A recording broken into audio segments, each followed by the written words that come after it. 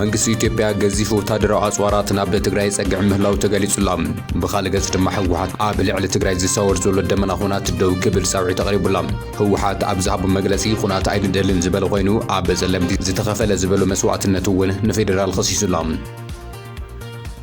ኣብ መንጎ ክልተ ዝተዓጠቑ ተጋሩ ሓይልታት ዝተጀመረ ዕርቂ ከም ዝድግፍ እውን ሳልሳይ ወያነ ትግራይ ገሊጹላም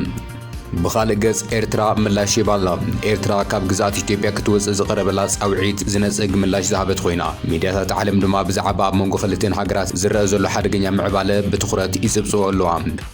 زي غمزلون هالو عب قيح بحري حدش وتدراو الممد نمجمار سمعنات كم استفرمة تجلس اللام عب منقو سوماليان سعود عرب وتدراو سمعنات استفرمة خوينو سعود عرب كتان سراويتان عب قرن أفريقيا اتسقع المسرح كم زخونة دماء يجلس اللام بتماثل ونجبس نبرزنت سوماليا حسن شيخ محمد حدش سمعنات تقريبات الله تبهيل اللام نايز زرزر ون حزنا لنا السودان ناب إيجاد من بلاساون عبي أزر عربي زعبا خوين اللام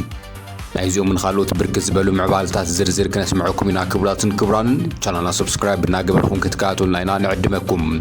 መንግስት ፌደራል ከበድቲ አጽዋራትና በዶባ ትግራይ ጸግዕ ምህላው ተገሊጹላም መንግስት ፌደራል ኢትዮጵያ ካብ ሁሉ አንፈት ተሃገር ዘአከቡ ገዚፍ ወታደራዊ ኃይል ሰራዊት ዘመናዊ አጽዋራትን ናብ በዶባ ትግራይ ጸግዕ ምህላው ተረጋጊጹ ዘላም ኣብ መንጎ ህወሓትን መንግስት ፌደራልን ዘሎ ርክብ ክብጠስ ሓንቲ ዓርበ ቀሪያቱ ኣብ ዝበሃለሉ ዘሎ እዋን ሰራዊት ፌደራል ምስ ብርክት ዝበሉ ዘመናዊ አጽዋራቱን ኣብ ትግራይ ጸግዕ ምህላው ተገሊጹ ዘላም መንግስቲ ፌደራል ዶባቲ ተወሪሩ ብዝብል ምክንያታት ተጠቂሙ ሰራዊቱን ኣብ ትግራይ ጸግዕ ምህላው ዝግለጽ ዘላም ኣብ ዝሓለፈ ወርሒ ዳር ክልል ዓፋር ሰራዊት ትግራይ ናብ መሬት አቱ መስበለ መንግስት ፌደራል ቡንቡ ኣብ ልዕሊ ሰራዊት ትግራይ ትዲፍ ብዱረን ከም ዘጥቅዖ ይዝከርም በአንጻሩ ሰራዊት ፌደራል ኣብ ዞባ ምዕራብ ትግራይ ዘሎ ኃይል ከውጽእ ትጽቢት ዝግበረሉ እኳ እንተኾነ ይኹን እምበር በአንጻሩ ኣብ ልዕሊ ትግራይ ኹናትን መኽፋት ይዳለው ከም ዘሎ ይዝግለጽ ዘሎ ትግራይ ብስምምነት ፕሪቶሪያ መሰረት ኣብ ትሕቲ ግዝያዊ ምምሕዳር ትግራይ ትመሓደር ምህላዋ ዝፍለጥ ኮይኑ ኣብ መንጎ መቐለን አዲስ አበባን ዘሎ ቀጢን መንገድ ድማ ስምምነት ፕሪቶሪያ ምዃኑ ይፍለጥ እዮም እቲ ስምምነት ክትግበሩ ሕቶታት እናቐረቡ እኳ እንተኾኑ በአንጻሩ ግና ናይ አጽዋራት ሸበድበድ ወታደራዊ ዳንኪራትን ኣብ ዶባ ትግራይ ይጽጋዕ ምህላውን ብዙሓት እናገረመ ይቀጽል ዘላም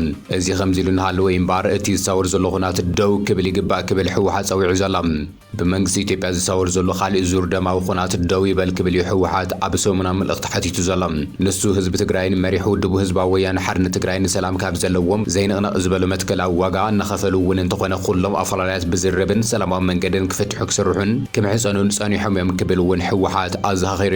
ቅድሚ ዓመታት ኣብ ልዕሊ ህዝቢ ትግራይ ጆኖሳይድን ትእወጅውን ናይ ሓይለ ስጉምቲ መፍትሒ ክኸውን ከም ዘይኽእልን ኩሎም ኣፈላልያት ብሰላማዊን ፖለቲካውን መንገዲ ክፍትሑ ከም ዘለዎም ብእማን ዘይተሓለለ ጻዕሪ ክገብሩ ጸኒሖም እዮም ዝበለት ይውድብ ኣብ መግለጺኡ ድሕሪ ስምምነት ፕሪቶሪያ እውን እንተኾነ ኽባር ዋጋ እናኸፈልና ንሰላም ዝርርብን ቀዳምነት ብምሃብ ስምምነት ፕሪቶሪያ ክፍጸምን ፓነል ሕብረት ኣፍሪካ ክጽዋዕን ህልው ኩነታትን ኸይዲ እቲ ስምምነት ክትግበርን ክግምገምን ብተደጋጋሚ ጻውዒ ተቕሪብና ኢና ክብል ህወሓት ኣዘኻኺሩ ዘላም ይኹን እምበር እቲ ብዝወደቦምን ዘዋፈሮምን ዕጡቓት 40 ሚእታዊ ሕገ መንግስታዊ ልዕላውነት ትግራይ ወሪሩ ብምሓዝ ህዝብና ማእኸላት መዕቆቢ ክሃልቅ ዝገብር ዘሎ መንግስቲ ኢትዮጵያ ዝኣተው ስምምነት ብምትሓስ ኣብ ልዕሊ ትግራይ ዝጀመሮ ጆኖሳይድ ዘቐጽሉ ተግባራት ክፍጽም ጸኒሑ ክብል እዩ ህወሓት ኸሲሱ ዘላም መቐጸልታ እዚ ተግባሩ ድማ ካብ ዝሓለፈ ሰሙን ጀሚሩ ኣብ ልዕሊ ሰራዊትን ሰላማዊ ህዝብን ተኽሲ ብምኽፋት ብሰማይን መሬትን ብዝፈጸሞ ደብዳቤ ህይወት ወገናትና ስኢና ኢና ዝበለ ህወሓት ኣብ መግለጺኡ መንግስቲ ኢትዮጵያ ሕዚ እውን መጠነ ሰፊሕ ናይ ኣጽዋር ሰራዊትን ምንቅስቓሳትን ብምግባር ገዚፍ ወታደራዊ ዓቕሙ ናብ ትግራይ ብምጸጋዕ ናብ ካልእ ዙር ደማዊ ኹናት ምእታው ኣብ ምህንዳድ ይርከብ ክብል ህወሓት ኣብ መግለጺኡ ሓቢሩ ዘላም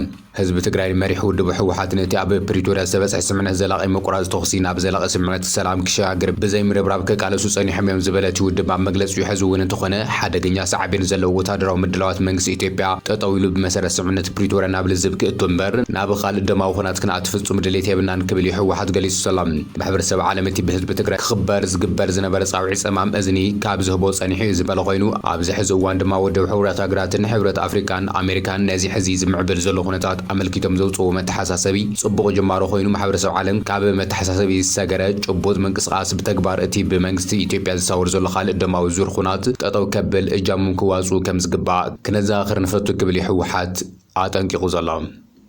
እዚ ከምዚ ኢሉ ንሃለወ እምበር ቀንዲ ሓደጋ ህልውና ትግራይ ጥሜት እዩ ክብል ፕሬዝደንት ግዝያዊ ምምሕዳር ትግራይ ጀነራል ታደሰ ወረደ ተዛሪቡ ዘሎ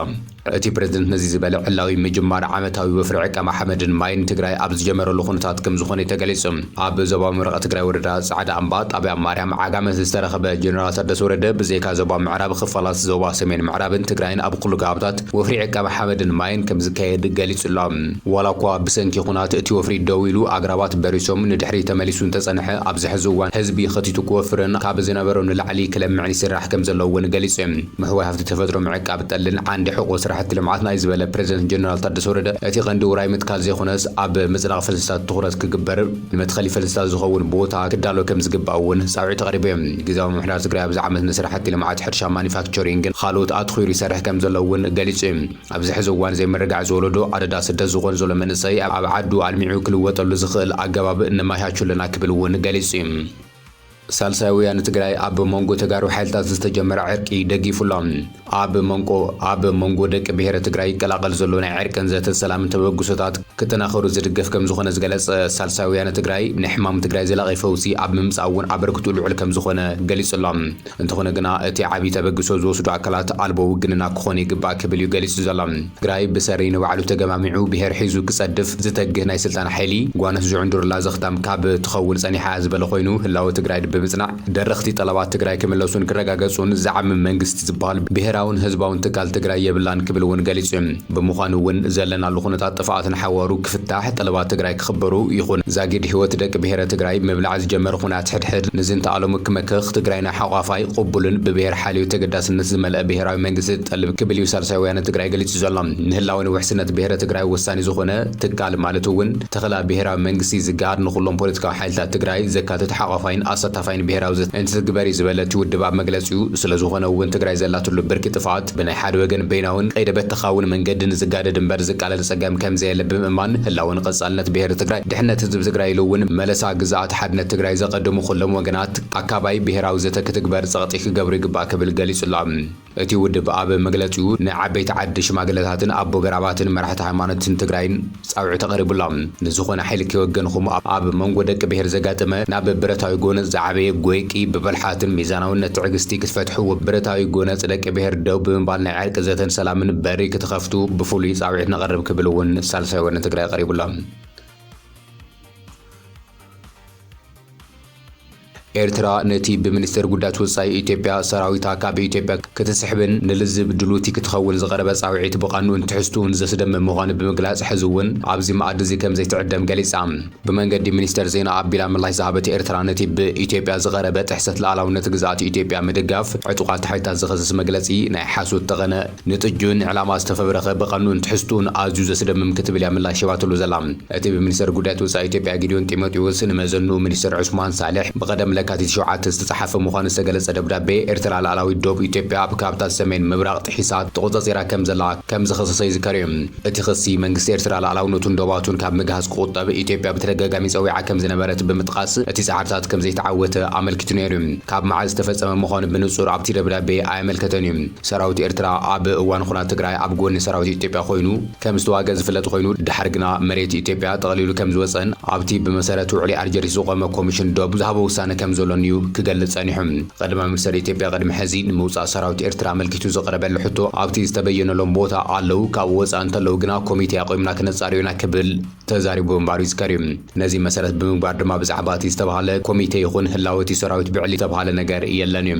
ኣብዚ ናይ ሕዚ ደብዳቤ ግና መንግስቲ ኢትዮጵያ ንሰራዊት ኤርትራ ካብ መሬቱ ክወጽእ ብተደጋጋሚ ከም ዝሓተተ እዩ ዝሕብር ዘሎ እዚ ሕቶ እዚ ተቐባልነት እንተረኺቡ ንኹሉ ናይ ሓባር ረብሓ ዘለዎ ጉዳያት እንተላይ ኣገልግሎት ባሕርን ምብጻሕ ወደብ ዓሰብ ንምፍታሕ እውን ኣብ ሰናይ ድሌት ዝተመርኮሰ ዝርርብ ንምክያድ ድሉው ምዃኑ ገሊጹላ ኤርትራ ሰራዊታ ብቕልጡፍ ክትስሕብን ንሰላማዊ ዝርርብ ድሉውቲ ክትኸውን እውን ብግልጺ ዝጸውዕ ደብዳቤ እዩ ሰፊሩ ዘሎ መንግስቲ ኢትዮጵያ ብተደጋጋሚ ዝተፈላለዩ ሕጋውን ታሪካውን ምጉታት እንልዕለ ጉዳይ ኣፍ ደገ ባሕሪ ብሓይሊ እውን ክፍታሕ እዩ ብምባል ጥረኻታት ክስምዕ ከም ጸንሐ መንግስቲ ኤርትራ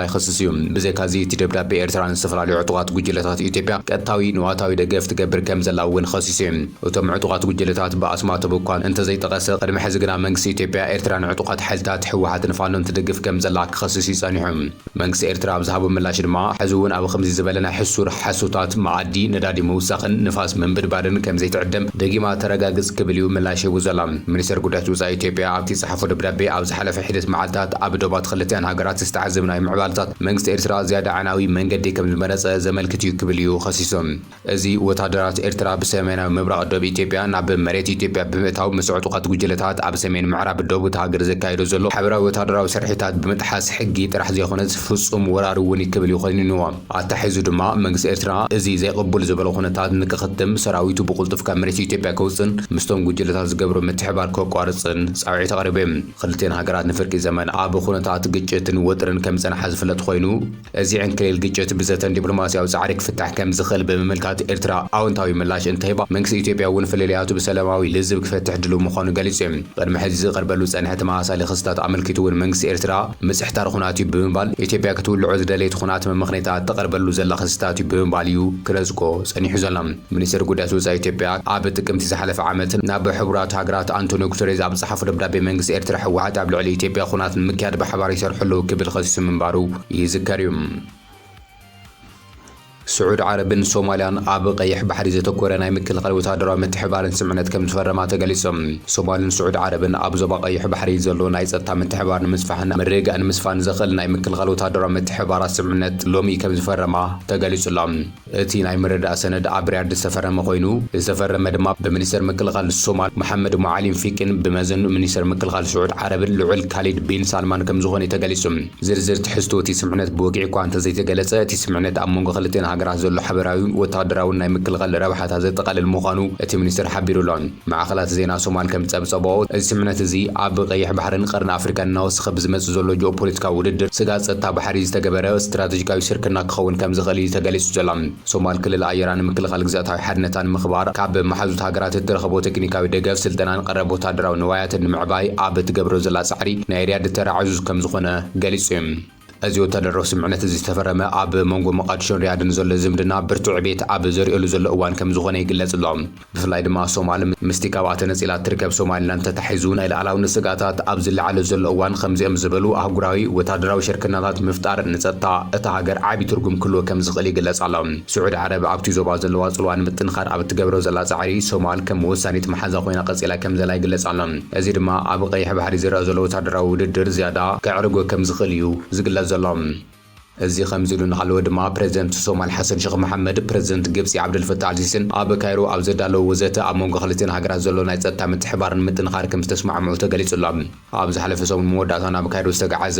ፕሬዚደንት ሓሰን ሼኽ መሐመድ ምስ ፕሬዚደንት አልሲሲ ብሓባር ብምዃን ኣብ ዝሃቦ መግለጺ ንድሕንነትን ሓድነትን ሶማል ዝገሃስ ዝኾነ ይኹን ተግባር ብሓባር ክቆሙ ኢና ክብል ይገሊጹ። ፕሬዚደንት አልሲሲ ብወገኑ ግብፂ ኣብ ትሕቲ እቲ ሓድሽ ናይ ሕብረት ኣፍሪካ ናይ ደገፍ ምርጋእ ልኡኽ ሶማል ኣውሶም ወታደራታ ንምልኣኽ ዘውፅኦቶ መደብ ተግባራዊ ከም ትገብር ኣረጋጊጹላ። ምርግጋእ ሶማል ንልምዓት ዞባ ቀርኒ ኣፍሪካን ወሳኒ ጉዳይ ከም ዝኾነ ዝገለጸ እቲ ፕሬዚደንት አልሲሲ ሃገሩ ንሶማልያ ንምድጋፍ ዝግባእ ኩሉ ከም ትገብር ይገሊጹ።